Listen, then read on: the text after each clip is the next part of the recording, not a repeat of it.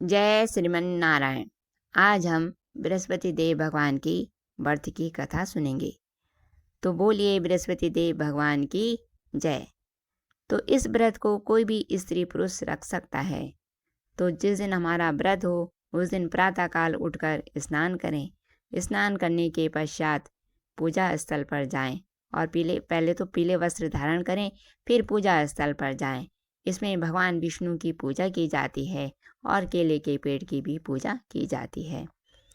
केले के पेड़ की जड़ में पानी में थोड़ा सी हल्दी मिलाकर भगवान विष्णु के निमित्त केले के पेड़ में अर्पित करें।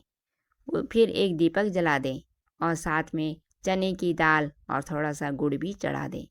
फिर घर आकर हम बृहस्पति देव भगवान की जो व्रत कथा है उसको सुने। तो कथा इस प्रकार से है, तो आप सब ध्यानपूर्वक इस कथा को सुनिए। तो कथा इस प्रकार से है। प्राचीन काल में एक ब्राह्मण था। वह बहुत ही निर्धन था।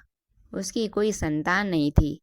उसकी स्त्री मलिनता के साथ रहती थी। मलिनता मतलब गंदी रहती थी। वह स्नान ना करती, देवताओं का पूजन ना करती और प्रातःकाल उठते ही सबसे पहले भोजन कर देती, बाद में अन्य कार्य करती थी। इससे ब्राह्मण देवता बड़े दुखी रहते थे, क्योंकि वो तो भगवान के भक्त थे, बड़े नियम से रहते थे। लेकिन पत्नी उनको ऐसी मिली। बेचारे बहुत कुछ कहते, किंतु उनका कोई परिणाम नहीं निकला। भगवान की कृपा से ब्राह्मण की स्त्री को एक कन्या प्रकट के रूप में प्रकट हुई, मतलब मिली उनको एक कन्या। वह कन्या अपने पिता के घर में बड़ी होने लगी।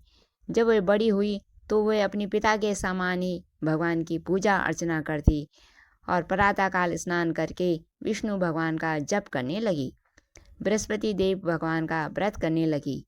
अपनी पूजा पाठ को समाप्त करके स्कूल को जाती और अपनी मुट्ठी में जौ भरकर ले जाती और पाठशाला के मार्ग में डालती जाती। जब वे जौ स्वर्ण के हो जाते और लौटते समय जब वो वापस आती घर के लिए, तो जो जौ थे वो सोने के बन जाते थे और वह उनको उठाकर घर ले आती। एक दिन वह बालिका सूप में उन जौं को साफ कर रही थी। जो सोने के जो जौ थे उनको साफ कर रही थी, क्योंकि धूल मिट्टी थी उसमें, तो साफ कर रही थी। तो उसके पिता ने देख लिया और कहा, हे बेटी, सोने के जौ को फटकने के लिए सोने का सूप चाहिए। दूसरे दिन गुरुवार था। इस दिन कन्या ने फिर व्रत रखा और बृहस्पति देव से प्रार्थना करने लगी। कहा, हे प्रभु, मैंने आपकी पूजा सच्चे मन से की है, तो मेरे लिए सोने का एक सूप दे दो। बृहस्पति देव ने उनकी प्रार्थना स्वीकार कर ली। रोजाना की तरह वह कन्या जौ फैलाती हुई जाने लगी। जब घर लौटकर आई तो उसे बृहस्पति देव की कृपा से सोने का एक सूप मिल गया। उसे वे घर ले आई। उसे वे जौ साफ करने लगी, परंतु उसकी माँ को वही ढंग रहा उसका। उसने कोई चेंज नहीं हुआ उसकी जो माँ थी। एक दिन की बात है, वह कन्या सोने के सूप से जौ साफ कर रही थी। उस समय उस शहर का एक राजपुत्र वहां होकर निकला। इस कन्या के रूप और कार्य को देखकर मोहित हो गया तथा अपने घर आकर भोजन तथा जल त्याग दिया उसने और उदास रहने लगा। राजा को इस बात की जब पता लगा तो उसने अपने प्रधानमंत्रियों के साथ उसके पास गए और बोले, हे बेटा, तुम्हें किस बात का कष्ट है? किसी ने अपमान किया है तुम्हारा, अथवा कोई और कारण है तो मुझसे कहो, मैं वह कार्य करूँगा जिससे तुम्हें प्रसन्नता हो। राजकुमार ने अपने पिता की बातें सुनी तो वह बोला, मुझे आपकी कृपा से किसी बात का दुख नहीं है। किसी ने मेरा कोई अपमान नहीं किया, परंतु मैं उस लड़की के साथ विवाह करना चाहता हूँ जो सोने के सूप से जौ साफ कर रही थी। वह राजा सुन आश्चर्य में पड़ गया और बोला, हे बेटा, इस तरह की कन्या का पता तुम ही लगाओ, मैं उसके साथ तेरा विवाह जरूर कर दूंगा। राजकुमार ने उस लड़की के घर जाकर पता लगाया। तब मंत्री और उस लड़की के घर गए। ब्राह्मण देवता को सभी हाल बतलाया।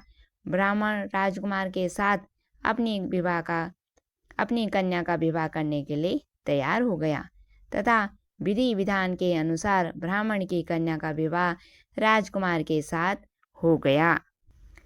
कन्या के घर से जाते ही पहले की भांति उस ब्राह्मण देवता के घर में गरीबी का निवास हो गया। वह भोजन के लिए भी अन्न बड़ी मुश्किल से मिलता था। एक दिन दुखी होकर ब्राह्मण देवता अपनी पुत्री के पास गए। बेटे ने पिता की दुखी अवस्था देखा तो अपनी माता का हाल भी पूछ लिया। तब ब्राह्मण ने सभी हाल कहा। कन्या ने बहुत सा धन देकर अपने पिता को विदा किया। इस तरह ब्राह्मण का कुछ समय सुखपूर्वक व्यतीत हुआ। कुछ दिन बाद फिर वही हाल हो गया। ब्राह्मण फिर अपनी कन्या के पास गया और सारा हाल कहा।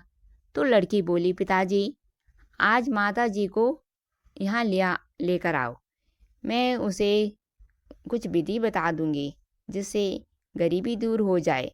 वह ब्राह्मण देवता अपनी स्त्री को साथ लेकर पहुंचा तो वह कन्या अपनी माँ को समझाने लगी कि माँ, तुम प्रातःकाल उठकर स्नान आदि करके भगवान विष्णु का पूजन करो तो सब दरिद्रता जो तुम्हारी है सब दूर हो जाएगी।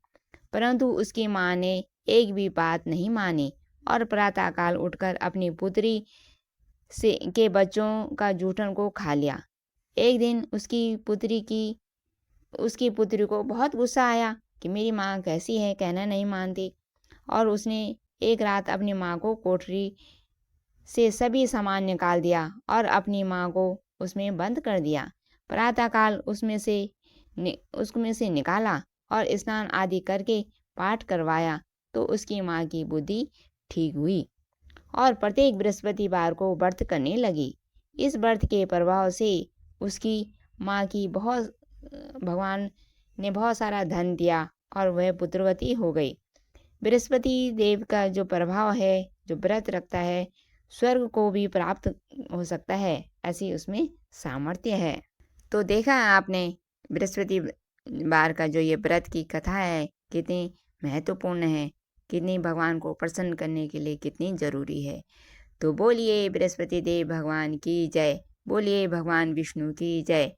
अगर आपको ये कथा पसंद आई है तो कमेंट में जय बृहस्पति देव जरूर लिखें और जिस भी भाई बहन का बृहस्पति देव का जो ये व्रत रखते हैं उनको ये कथा जरूर पहुंचाएं ताकि इस कथा का लाभ उनको भी मिले।